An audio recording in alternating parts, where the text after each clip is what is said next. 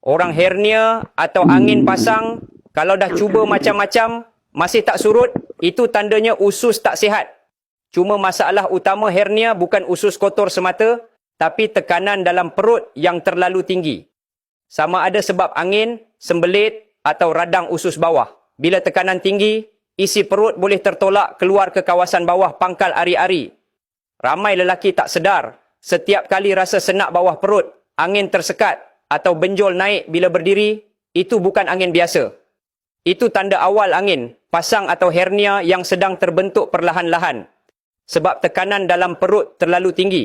Mula-mula rasa macam angin je, tapi bila batuk kuat, angkat barang berat atau teran masa membuang, tekanan tu makin tolak usus keluar ikut ruang otot yang dah lemah. Sampai satu masa, benjolan tu kekal ada dan tak boleh masuk balik. Dan kalau dibiarkan, boleh sebabkan senak melampau atau usus tersumbat dan jadi sembelit kronik. Kau pernah rasa tak bahagian bawah perut tiba-tiba berat?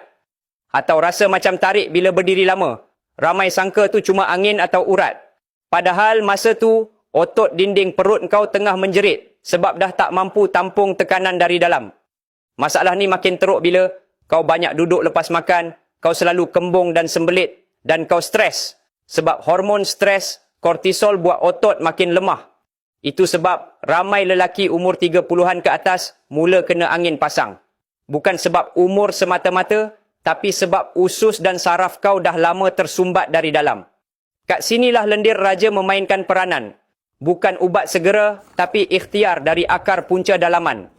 Herba ulmus rubra atau kayu lendir raja mengandungi lendir dan probiotik semula jadi yang bantu lindungi dinding usus dan redakan inflamasi.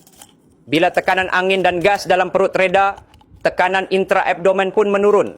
Hasilnya, dinding otot perut tak lagi tertekan, risiko angin pasang makin berkurang. Manakala herba ashwagandha pula bantu stabilkan saraf dan hormon stres. Bila saraf tenang, hormon seimbang dan otot tak tegang.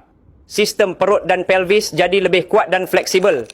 Gabungan dua bahan ni buat sistem pencernaan, limfa dan otot perut bekerja lebih tenang.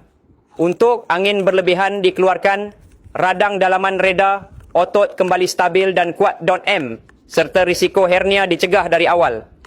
Kalau kau dah mula rasa senak bawah perut, jangan tunggu sampai benjolan tu turun.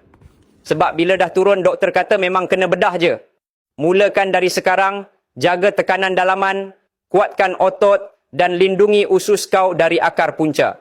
Ikhtiar dengan lendir raja, bantu tenangkan saraf, stabilkan hormon dan kuatkan sistem dalaman sebelum terlambat.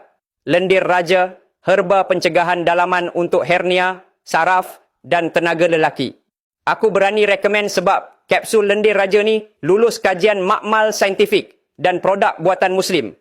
Tekan back atau link bawah ni sekarang.